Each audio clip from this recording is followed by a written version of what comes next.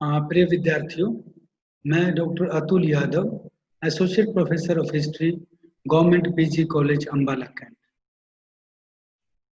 आज का हमारा विषय है the government of India act 1919, 1919 का भारतीय शासन अधिनियम। भारतीय शासन अधिनियम हम 1919 पढ़ेंगे। इससे पहले इस वर्ष आपने अपने पाठ्यक्रम के अंदर 1909 का भारतीय शासन अधिनियम पढ़ा है। भारतीय शासन अधिनियम क्या है कि जो सरकार के अंदर अधिकार प्राप्त करने की बात है, अपने अधिकारों के लिए, नियमों के लिए जो सरकार से प्रस्ताव पारित किए जाते हैं, उस चीज को लेके जो सरकार पे दबाव बनाया गया या सरकार ने भारतीयों पर दबाव बनाने के लिए कुछ एक्ट पास किए, उनके विषय में हम चर्चा करें। यहाँ पे इन्हीं सुधारों को कहते हैं मॉन्टेग्यू चेम्सफोर्ड सुधार। जैसे आपने 1909 के सुधारों को मिंटो मार्ले सुधार कहा था, ऐसे ही मॉन्टेग्यू चेम्सफोर्ड सुधार कहा जाता है। मॉन्टेग्यू उस समय में भारत सचिव होते थे, सेक्रेटरी ऑफ स्टेट, और चेम्सफोर्ड उस समय में भारत के वायसराय थे। तो इस अध्याय को आरंभ करने से पहले हम अपने विषय के थीम पर जाएंगे कि हमारा विषय क्या है। Government of India Act 1919, it was passed to expand participation of Indians in the government of India. वास्तव में इसको जो इंडियंस की पार्टिसिपेशन है जो भारत सरकार के अंदर, उसमें बढ़ाने के लिए, उस पार्टिसिपेशन को आगे करने के लिए निर्माण किया गया था। The Act embodied the reforms recommended in the report of the Secretary of State for India. जो सेक्रेटरी ऑफ स्टेट पे जो रिपोर्ट थी रिफॉर्म्स की, उसको बढ़ाने के लिए या उसको पारित करने के लिए, और Edwin Montagu the viceroy lord Chelmsford जिन्होंने वो रिपोर्ट दी थी, वो इसके अंदर आती है। And the act covered 10 years from 1919 to 1929। जो 1929 तक का जो था उसको लागू करने के लिए जो 10 साल थे, उन 10 सालों की जो चीज थी वो इसमें रखी गई थी। Government of India Act 1919, also known as Montagu-Chelmsford reforms, which came into force in 1921. 1921 में इनकी शुरुआत होती है। It was instituted in the British Indian polity to introduce the diarchy. एक द्वैध शासन प्रणाली है जिसका मैं जिक्र करूंगा, जिसमें दो तरीके के नियम लागू होते हैं। That is rule of two, which means execute councillors and popular ministers. इस तरीके से एक नया प्रयोग किया था, उन भारतीय आंदोलन को दबाने के लिए ही उसका जिक्र होगा। तो 1919 के अधिनियम को आप इन सुधारों के साथ साथ जो डायआर्की है, जिसको आप द्वैध शासन प्रणाली कहेंगे, उसके लिए भी जाना जाता है। इसकी भूमिका में सारी बातें क्लियर हो जाती हैं कि भारत सरकार अधिनियम 1919 जो था वो यूनाइटेड किंगडम की संसद द्वारा पारित एक अधिनियम था, जिसे मॉन्टेग्यू चेम्सफोर्ड सुधार के नाम से भी जाना जाता है, क्योंकि इस अधिनियम के पारित होने के समय लॉर्ड मॉन्टेग्यू भारत सचिव तथा लॉर्ड चेम्सफोर्ड वायसराय थे। सरकार का दावा था कि उस अधिनियम की विशेषता उत्तरदायी शासन की प्रगति थी, उत्तरदायी शासन बनाना था इन्होंने। इस अधिनियम को संप्रभु ने 23 सितंबर 1921 को स्वीकृत किया था। इसके अनुसार परिषद में 8 से 12 सदस्य होंगे। तो यहाँ विद्यार्थियों आप एक चीज देखेंगे, जब हम 1919 के अधिनियम को पढ़ेंगे तो 1909 के अधिनियम में, जब आपने 1909 का अधिनियम के विषय में पढ़ा होगा या आपको बताया गया होगा, तो उससे पहले आपने 1858 का अधिनियम, 1861 का अधिनियम और 1892 का अधिनियम पढ़ा था। तो उसी तर्ज पर आप इसके अंदर उन अधिनियमों की, देखिए जब कोई घटना घटित हो जाती है, कोई अधिनियम पास हो जाता है, तो उससे पीछे के अधिनियमों को छोड़ दिया जाता है। तो हम 1858, 1861 या 1892 के अधिनियम को छोड़ के 1909 के अंदर, क्योंकि जब मॉडर्न सिस्टम शुरू हो गया था और भारत के अंदर या विश्व के अंदर भी परिवर्तन हो रहा था, तो हम 1909 के अधिनियम के अंदर जो अंग्रेज सरकार ने एक सांप्रदायिक चुनाव प्रणाली जिनका मेन हिस्सा था, और वास्तव में 1909 का किस लिए किया गया था कि इंडियन नेशनल कांग्रेस थी। इंडियन नेशनल कांग्रेस जो अपने भारतीय स्वतंत्रता आंदोलन को आगे बढ़ाने के लिए जो क्रांतिकारियों का या उदारवादियों का या उग्र राष्ट्रवादियों का एक दल था, जिसमें सारी विचारधाराएं समायोजित होती थी, उन विचारधारा को दो भागों में बांटने का प्रयास किया था। देखिए जब भी कोई सदन होता है या कोई दल होता है या कोई संगठन होता है, उसके अंदर प्रस्ताव पास होता है तो वो सबको मान्य होता है, और कांग्रेस के अंदर भी यही हुआ था। जब आप 1885 से देखेंगे तो उसमें उदारवादी दृष्टिकोण था। उदारवादी दृष्टिकोण क्यों आया था? क्योंकि उससे पहले अगर आप 1885 से लेकर और 1857 तक का टाइम पढ़ेंगे तो उस दौरान में भारतीयों को बहुत ज्यादा सप्रेस किया गया था और हमारे पास कोई बड़ा संगठन ऐसा नहीं था जिसपे हम जिसको आधार बनाकर या जहां पर हम एकत्र होकर एक बड़ा आंदोलन खड़ा कर सकें। और दूसरी चीज 1885 के अंदर जब इंडियन नेशनल कांग्रेस के नाम से एक संगठन बना था, नो डाउट इसके अंदर चाहे एओ ह्यूम की भूमिका थी, लेकिन उस संगठन को मेंटेन करने के लिए जरूरी नहीं है कि हम उसी समय क्रांतिकारी आंदोलन ला दें, क्योंकि हमें उस संगठन को बनाना होता है, उसको मैच्योर करना होता है। जब वो संगठन मैच्योर हो जाएगा, उसका बेस मजबूत हो जाएगा, उसकी विचारधारा आगे बढ़ेगी, लोग उसके साथ जुड़ जाएंगे, तभी वो एक बड़ा आंदोलन बनेगा। तो ये शुरुआत की जो इसका तरीका था वो उदारवादी तरीका था, इसीलिए उनको उदारवादी लोग कहा गया। और इसके बाद जब परिस्थितियां चेंज होती हैं, आप जब भी भारतीय स्वतंत्रता आंदोलन को पढ़ेंगे तो इस पूरे आंदोलन को विद्यार्थियों आप अंतरराष्ट्रीय घटनाक्रम के साथ जोड़कर तब देखेंगे तो इसके अंदर परिवर्तन आता है। जो परिवर्तन 1885 में कांग्रेस के निर्माण के बाद आया था, वही यहाँ पर जब दादा भाई नारोजी होते हैं तो वो जब बोलते हैं ड्रेन ऑफ वेल्थ की विचारधारा देते हैं कि कैसे भारत के वेल्थ को इंग्लैंड लेके जा रहा है, तो एक नई विचारधारा सामने आती है। वही चीज जब अंतरराष्ट्रीय राजनीति चल रही है, उस अंतरराष्ट्रीय राजनीति में 1870 में एक घटना घटित होती है जब इटली और जर्मनी का एकीकरण हो जाता है, और इटली जर्मनी के एकीकरण से यूरोप की व्यवस्था बदलती है। 1870 से यूरोप को देखोगे तो वहां से 1870 से लेके 90 तक का आप टाइम देखते हैं तो वहां पे बिस्मार्क ही चल रहा है। पूरा फ्रांस हो, जर्मनी हो, इटली हो, ऑस्ट्रिया हो, या इनके साथ और भी जो कोई मुल्क लगे हुए थे, चाहे वो स्पेन है, चाहे पुर्तगाल है या फ्रांस है, इन सारों के अंदर सबसे बड़ी एक चीज बिस्मार्क की चल रही थी। अगर बिस्मार्क की बात करें तो 1815 में जब नेपोलियन का पतन होता है तो उसके बाद मेटरनिख की व्यवस्था चली थी जो 1848 तक चलती है, और 1848 में फिर फ्रांस की क्रांति होती है तो वहां पे फिर गणतंत्रीय सरकार बन जाती है। इनको हम पृष्ठभूमि में रख के देखेंगे तो वही चीज आगे आती है कि एक संगठन जब बना है तो वो आगे चलकर मैच्योर होता है, शुरू में मैच्योर नहीं होता।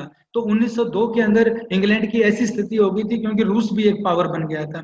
तो रूस के पावर बनने से क्या चीज हुई थी कि इंग्लैंड को अपना उपनिवेश अगर भारत को रखना था तो यहाँ भी उसको अपनी शक्ति बढ़ानी पड़ेगी, और उसने 1902 में जापान के साथ वो एक गठबंधन करता है।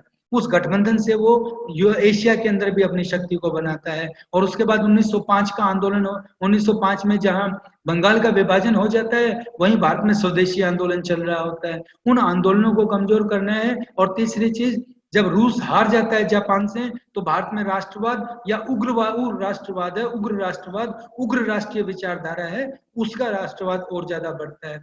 लेकिन उसी दौरान आप देखेंगे कि 1914 में वर्ल्ड वार 1 शुरू हो जाता है, और वर्ल्ड वार 1 के बाद जब अंग्रेज सरकार भारतीयों से वादा करती है कि रिक्रूटमेंट का, और उसके बाद वो भारत के अंदर संविधान में सुरक्षा की, संविधान में बदलाव की बात करती है और भारतीयों को सत्ता देने की बात करती है, उसी चीज को लेके रिक्रूटमेंट होती है और फिर ये 1919 का अधिनियम आता है। तो आप इन चीजों को ध्यान में रखिए, इसको पढ़ेंगे तो यूनाइटेड किंगडम की संसद द्वारा पारित एक अधिनियम था जिसे मॉन्टेग्यू चेम्सफोर्ड के सुधार के नाम से जाना जाता था। ये मैंने आपको डिटेल बताई है। फिर आप इसके अंदर जब देखेंगे तो इसका इतिहास क्या है, तो जो भारत मंत्री थे लॉर्ड मॉन्टेग्यू ने 20 अगस्त 1917 को ब्रिटिश संसद में यह घोषणा की थी कि ब्रिटिश सरकार का उद्देश्य भारत में उत्तरदायी शासन की स्थापना करना है। नवंबर 1917 में भारत मंत्री मॉन्टेग्यू ने भारत आकर तत्कालीन वायसराय चेम्सफोर्ड और अन्य असैनिक अधिकारियों एवं भारतीय नेताओं से प्रस्ताव के बारे में विचार विमर्श किया। सर विलियम ड्यूक, भूपेंद्र नाथ बासु, चार्ल्स रॉबर्ट की सदस्यता में एक समिति बनाई गई जिसने भारत मंत्री और वायसराय को प्रस्तावों को अंतिम रूप देने में सहयोग किया, और 1918 ईस्वी में इस प्रस्ताव को प्रकाशित किया गया। यह अधिनियम अंतिम रूप से 1921 ईस्वी में लागू हुआ।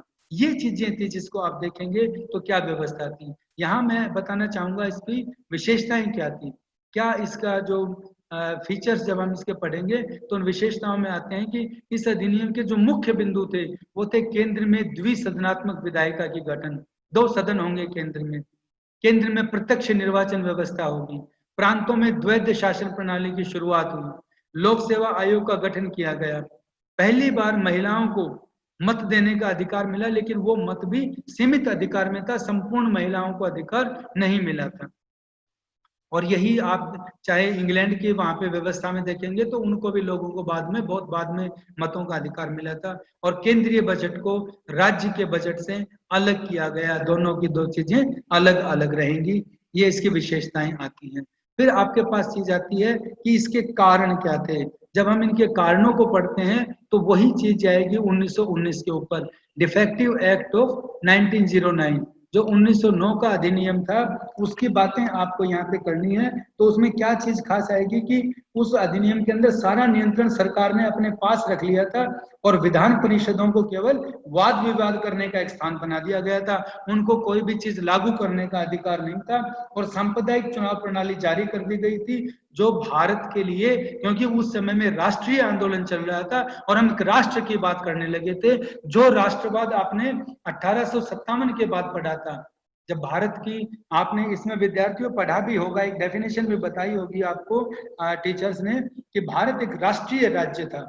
एक राष्ट्रीय राज्य क्या होता है, राष्ट्रवाद क्या होता है, ये 1857 के बाद ही चीज आई थी।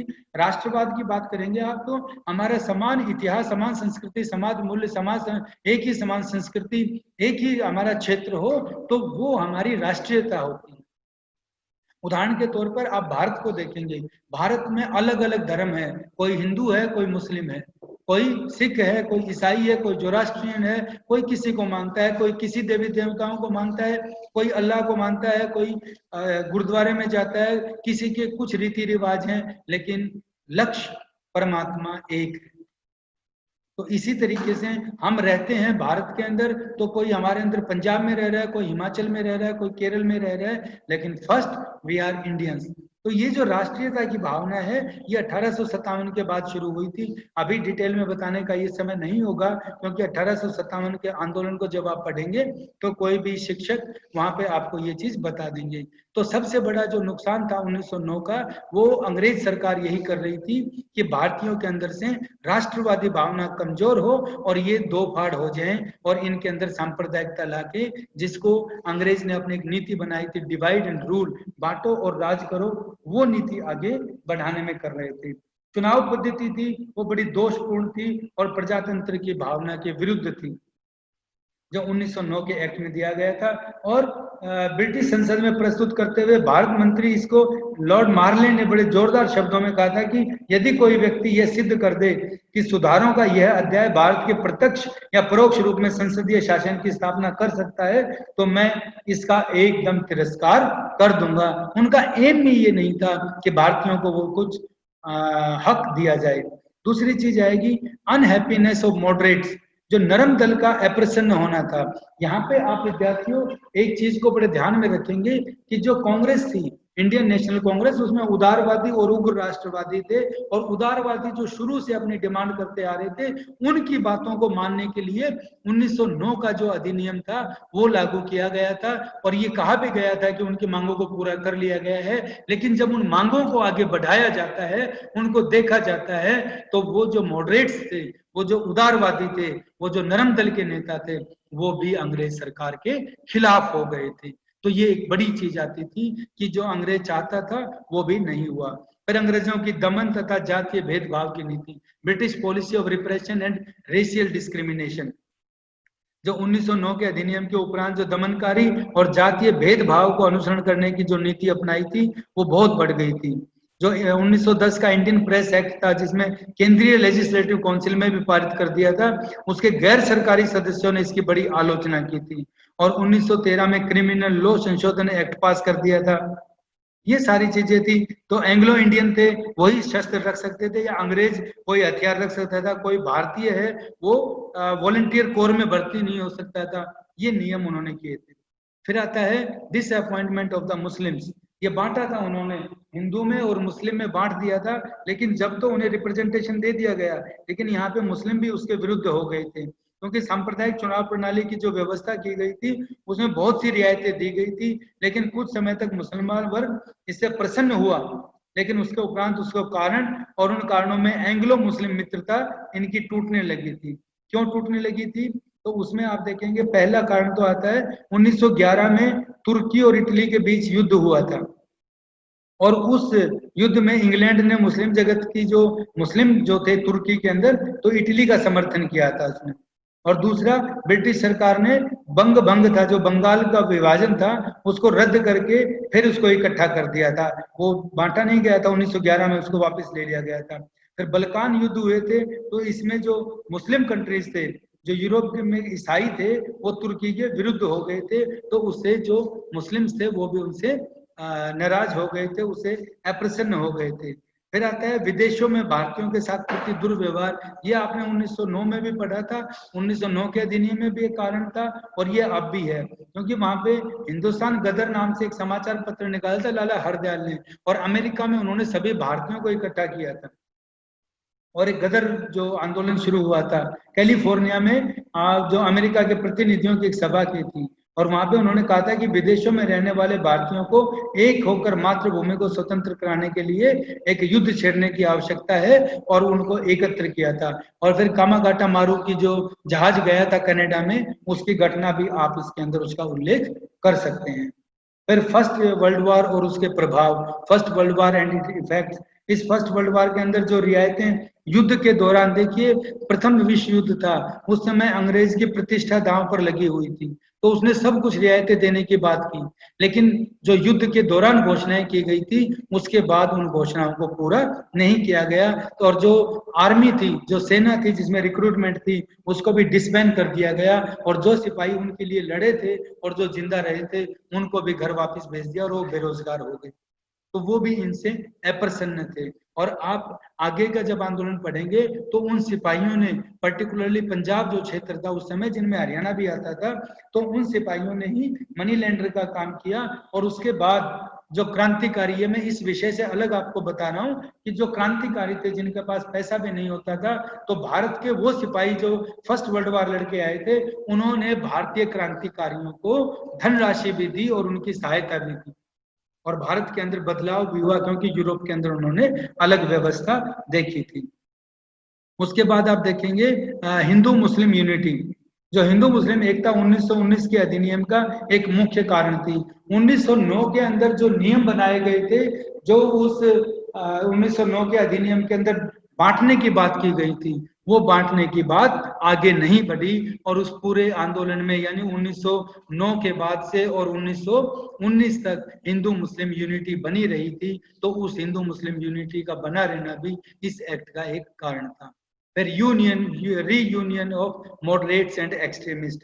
कांग्रेस का दो दलों में विभाजन हो गया था, जो एक उग्र राष्ट्रवादी थे और एक उदारवादी थे, लेकिन 1915 के अंदर दोनों दल आपस में मिल गए थे और राष्ट्रीय आंदोलन बहुत बड़ा बन गया था। तो ये जो कांग्रेस को अलग बांट कर रखने की एक चीज थी, वो भी उनकी खत्म हो गई। तो ये भी एक कारण था कि कांग्रेस की जब डिमांड बढ़ने लगी, तो ये चीज आई। उसके बाद आप पढ़ेंगे इसके अंदर नंबर 9 पर आप देखिए होम रूल मूवमेंट आ रहा है।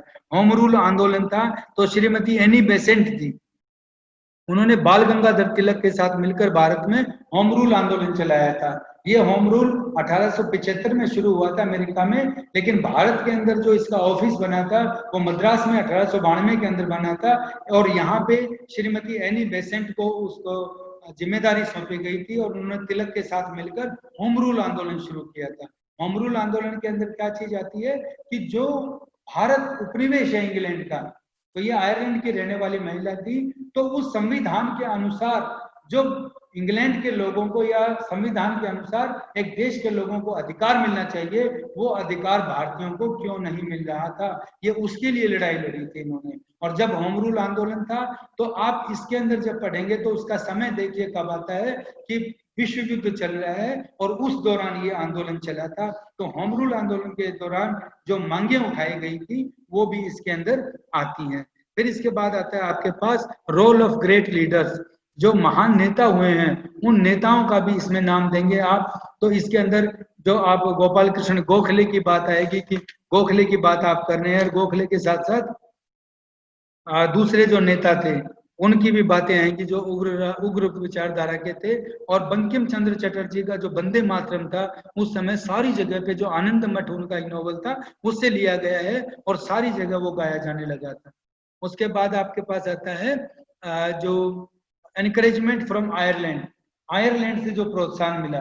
अब आयरलैंड में क्या करेंगे आपकी, जहाँ वहां पे स्वतंत्र राज्य के लिए आंदोलन चल रहे थे और उसकी समस्या का समाधान कर दिया गया और युद्ध के दौरान 1918 के अंदर ही रिफॉर्म एक्ट पास किया गया।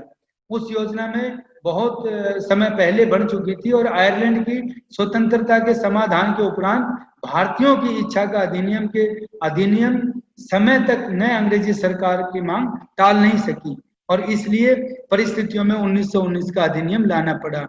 यहाँ पे विशेष बात आप इसके अंदर कहेंगे जो आयरलैंड का आंदोलन था कि जब 1918 में वो आयरलैंड को संपूर्ण सुविधा दे सकते हैं तो भारत को क्यों नहीं दे सकते थे। तो ये क्योंकि आयरलैंड भी उनका उपनिवेश था, तो ये जो स्वतंत्रता देने की बात थी, इस आयरलैंड के कारण भारतीयों को भी वो कुछ देना पड़ा, तो उन्हें फिर ये 1919 की घोषणा करनी पड़ी।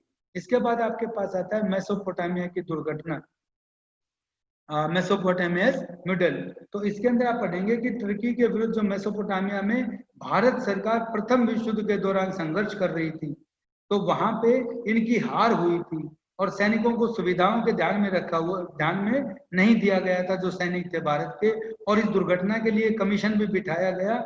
और जिन दिनों होम रूल आंदोलन भारत में चल रहा था तो मेसोपोटामिया की रिपोर्ट प्रकाशित हुई और उस रिपोर्ट ने भारतीय राज्य प्रणाली की निंदा की गई, अर्थात सिपाहियों के साथ जो दोगला व्यवहार हो रहा था वो सारी की सारी चीजें जो कमियां थी वो इस रिपोर्ट में आई। और उसके बाद मॉन्टेग्यूज डिक्लेरेशन ऑफ अगस्त 20 अगस्त 1917 को जो मॉन्टेग्यू हैं उन्होंने एक घोषणा कर दी थी कि ब्रिटिश सरकार की नीति, उन्होंने कहा था कि ब्रिटिश सरकार की नीति जिससे भारत की सरकार पूर्णतः सहमत है, यह है कि भारतीय शासन के प्रत्येक विभाग में भारतीयों को संपर्क उत्तरोत्तर बढ़े और उत्तरदायी शासन प्रणाली का धीरे धीरे विकास हो, जिससे कि अधिकारी प्रगति करते हुए स्व शासन प्रणाली भारत में स्थापित हो और यह ब्रिटिश साम्राज्य के एक अंग के रूप में रहे। उन्होंने यह तय कर लिया कि इस दिशा में ठोस रूप से कोई पग जितना शीघ्र हो उठाया जाए और इसके लिए नीतियां बनाई गई। तो ये एक्ट के बारे में ही बात की गई थी। फिर ये जो एक्ट है इसका महत्व क्या है, इस महत्व को जैसे आप 1909 के एक्ट को पढ़ते हैं तो उसमें भी महत्व है, उसमें परिवर्तन भी होता है। तो इसके महत्व में आती है कि ये क्रांतिकारी घोषणा थी जो इस समय में जो विद्वान कहते हैं इसको क्रांतिकारी घोषणा की संज्ञा दी है। और वीपी मेनन ने इसके लिए कहा था कि पराधीन भारत के इतिहास में की गई सभी घोषणाओं में यह सर्वाधिक महत्वपूर्ण घोषणा थी और यह घोषणा युद्धकालीन परिवर्तनों का ही परिणाम थी। और कुछ और हिस्टोरियन है वो मॉन्टेग्यू की घोषणा कहते हैं कि मॉन्टेग्यू की घोषणा ने अब महारानी द्वारा की गई 1858 की घोषणा का स्थान ले लिया और एक ऐसी शासकीय नीति का प्रारंभ किया जो भारत के स्वतंत्र होने तक ब्रिटिश सरकार की नीति का आधार बनी रही। यानी जो 1858 में घोषणा हुई थी जब भारत उपनिवेश बना था, वैसी ही घोषणा मॉन्टेग्यू की घोषणा को मान लिया गया। तो ये एक रेवोल्यूशनरी घोषणा थी जिसने ये सारी चीजें उत्तरदायी शासन की बात कही। उसके बाद राष्ट्रीय एकता की परिचायक थी। अगस्त की घोषणा राष्ट्रीय एकता के बल पर भी परिणाम था क्योंकि कांग्रेस और मुस्लिम लीग 1916 में लखनऊ के अधिवेशन में एकत्र हो गए थे। ऐसी अवस्था में सरकार के लिए भारतीयों की मांगों की अवहेलना करना असंभव था। जब एक चीज देखेंगे कि दोनों तरफ तो कांग्रेस के उदारवादी और उग्र राष्ट्रवादी दल मिल जाते हैं और ऊपर से इसी डिमांड के ऊपर मुस्लिम लीग भी उनके साथ आ जाती है, तो फिर ये सरकार के लिए दिक्कत करने वाली बात थी। थर्ड है it opened a new chapter in the constitutional history of India. Bharat के संवैधानिक इतिहास में एक नया अध्याय प्रारंभ होने वाली बात थी और श्री राम शर्मा ने इसके लिए कहा है कि भारत के संवैधानिक इतिहास में ये एक अध्याय की समाप्ति हुई और दूसरा अध्याय शुरू हुआ। अब भारत की जनता को किसी प्रकार का ये संदेह नहीं रहा कि भारत में संवैधानिक सरकार की स्थापना नहीं होगी। भारत की जनता ने इसका स्वागत भी किया। ये स्टार्टिंग की बात है कि ये घोषणा हुई है, उसका सिग्निफिकेंस है। इसके जो नेगेटिव इम्पैक्ट है वो बाद की चीजें आएंगी। फिर आता है आपके पास it placed India on the leading to her independence. Bharat को स्वतंत्रता के पथ पर लाकर खड़ा कर दिया ये जो अगस्त की घोषणा थी, क्योंकि 1919 के अधिनियम में 1935 का एक्ट पास किया, जो 1935 का एक्ट है जिसके ऊपर चुनाव हुआ, और आज भी भारत के संविधान में 1935 के एक्ट के ही मैक्सिमम लिया गया है, तो उसको उत्तरदायी शासन माना जाता है। और इसके कुछ समय बाद ही 1935 का एक्ट पास हो गया था। फिर है इंडियन नेशनल कांग्रेस की गतिविधियों पर प्रभाव, effect on the activities of the Indian national Congress. ये जो घोषणा हुई थी, इसके बाद उनको नैतिक बल मिला था और उसके नेताओं ने भी अपनी गतिविधियां बढ़ा दी थी। लेकिन आश्चर्यजनक सफलता को देखकर जनता ने भी कांग्रेस को पूरा सहयोग दिया, क्योंकि कांग्रेस का इसको एक बहुत बड़ा एक उपलब्धि मानी जाती थी कि सरकार ने एक घोषणा करी है और इस घोषणा से भारतीयों को बहुत सहूलियत मिल रही है। नेक्स्ट इसके अंदर हम पढ़ेंगे कि डिफेक्ट्स इन द डिक्लेरेशन। इस डिक्लेरेशन में डिफेक्ट्स क्या थे? तो सबसे पहला डिफेक्ट आएगा अनिश्चित उत्तरदायी शासन की रूपरेखा, no exact outline of the responsible government. इस रिस्पॉन्सिबल गवर्नमेंट में कोई उत्तरदायी शासन की रूपरेखा नहीं बताई गई थी कि भारत में स्वशासन का अधिकार कब होगा, कितना होगा और इसकी रूपरेखा क्या होगी, ये नहीं डिक्लेयर किया। कोई फिक्स समय भी नहीं बताया गया था इसका। ये सबसे बड़ा दोष था कि समय बताए कि कब से कब तक लागू होगा या क्या क्या इसमें व्यवस्था की जाएगी। और तीसरा, against the principles of freedom, स्वतंत्रता की भावना के प्रतिकूल था ये, क्योंकि भारतीयों की संवैधानिक प्रगति के आधार पर उठाया जाना था और इस विषय में निर्णय देने का अधिकार ब्रिटिश पार्लियामेंट के पास था। जब ब्रिटिश पार्लियामेंट के पास ये सारे के सारे अधिकार होंगे तो भारतीयों को स्वतंत्रता पूर्ण रूप से नहीं मिलेगी। अधिकार भी उनके पास होने चाहिए थे। No use of constitutional consciousness, संवैधानिक रियायतों का उपयोगी न होना।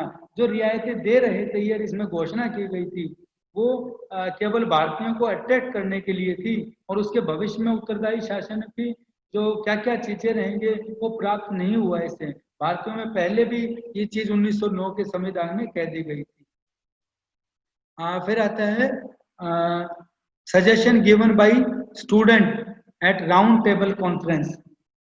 जो लंदन में जो गोलमेज सम्मेलन हुआ था उसमें विद्यार्थियों द्वारा जो सुझाव प्रस्तुत किए गए थे वो चीज भी इसमें आता है कि इन समस्याओं का समाधान करने के लिए जो विद्यार्थियों ने क्रियात्मक सुझाव दिए, उनका विचार था कि भारतीयों पर साम्राज्यवादी नीति द्वारा शासन नहीं किया जाना चाहिए।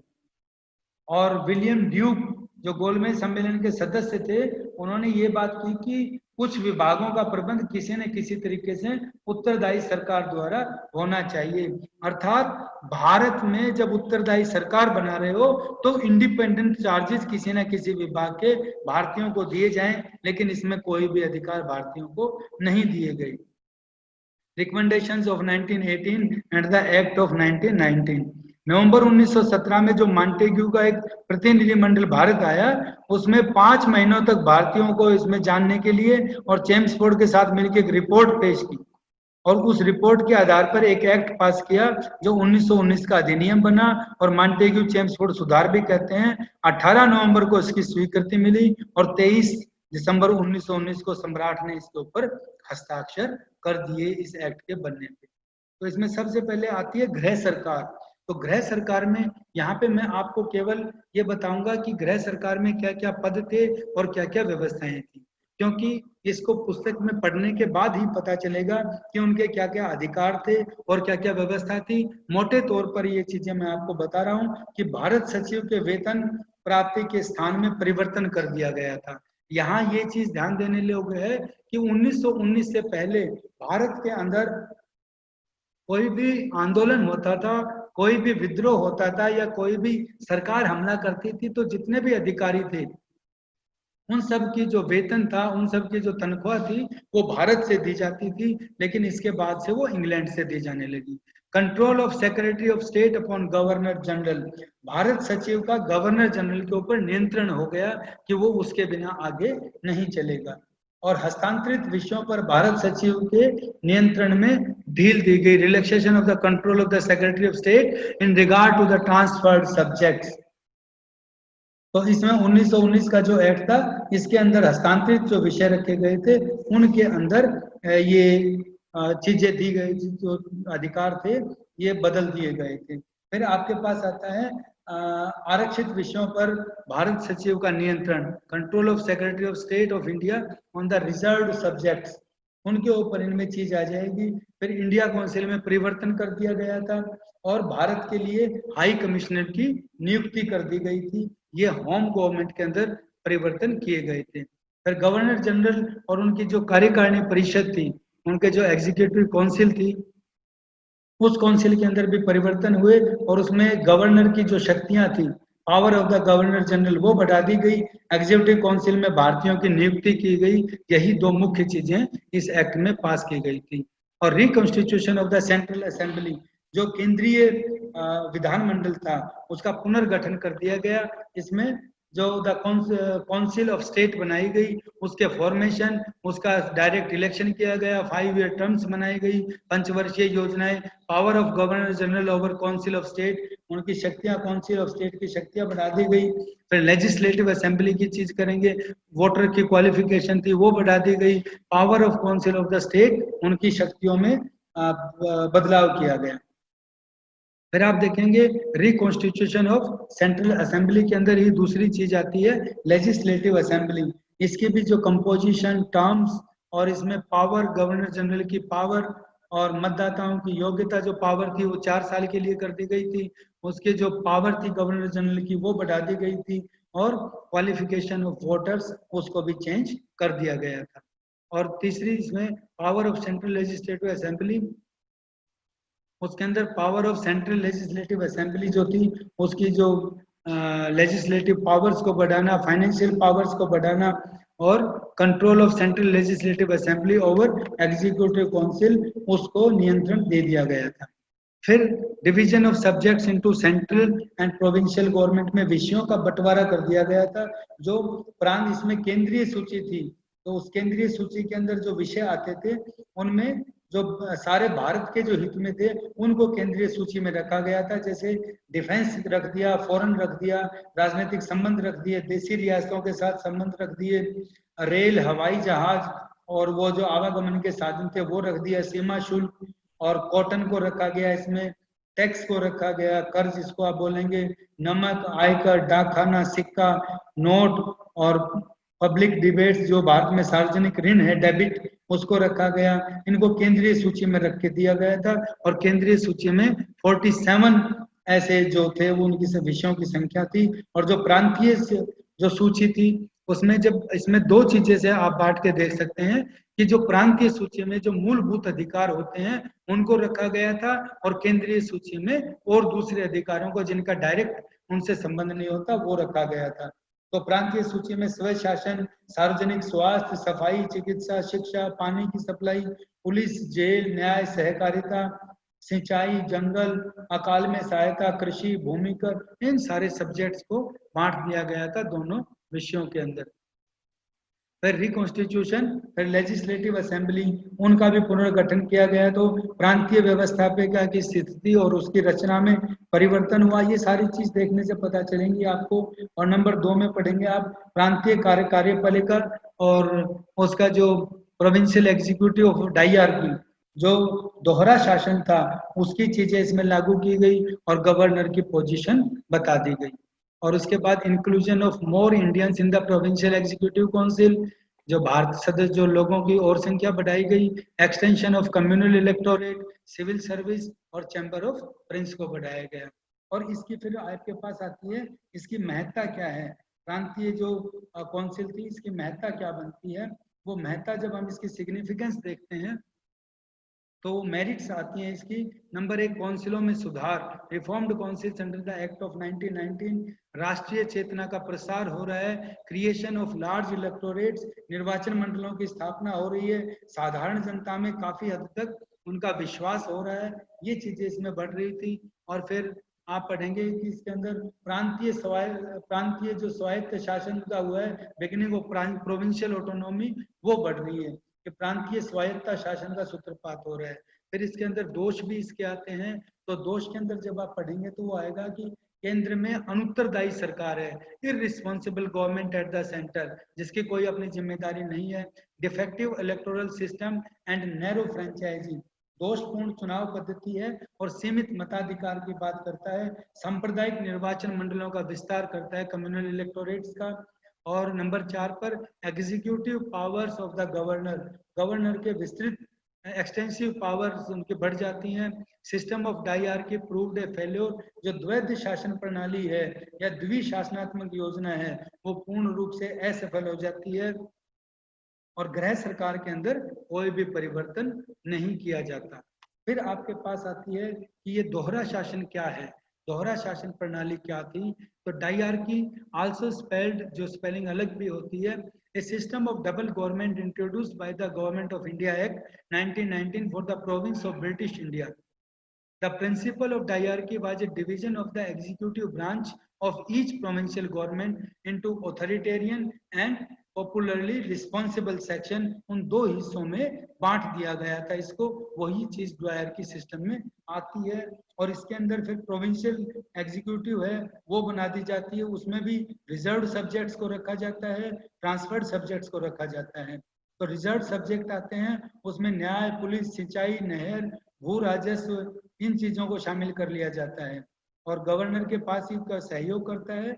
और जो ट्रांसफर्ड सब्जेक्ट हैं उसमें फिर से वो बदलाव के साथ शिक्षा, कृषि, चिकित्सा ये हस्तांतरित किए गए ताकि इनमें मंत्री जहां तक हो सके उनकी जनता की सेवा कर सके। तो इनमें गवर्नर और प्रोविंशियल मिनिस्टर्स की बात आती है, फिर गवर्नर और उसके एग्जीक्यूटिव की बात आती है, and the relations between the reserve and transferred subjects and the role of the government, इसके ऊपर बहस होती है कि वो विषय कहाँ कहाँ होने चाहिए, वो चीजें इसके अंदर बनती हैं।